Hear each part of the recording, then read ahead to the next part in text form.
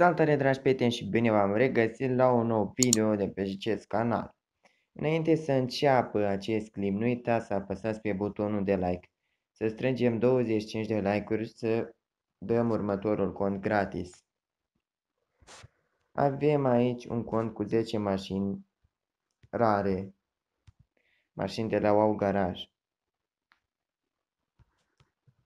Cont cumpărat de la el și la sfârșit o să vă dau e-mail și parola acestui cont. Iar până atunci o să vă prezint cele 10 mașini de pe el. Să începem!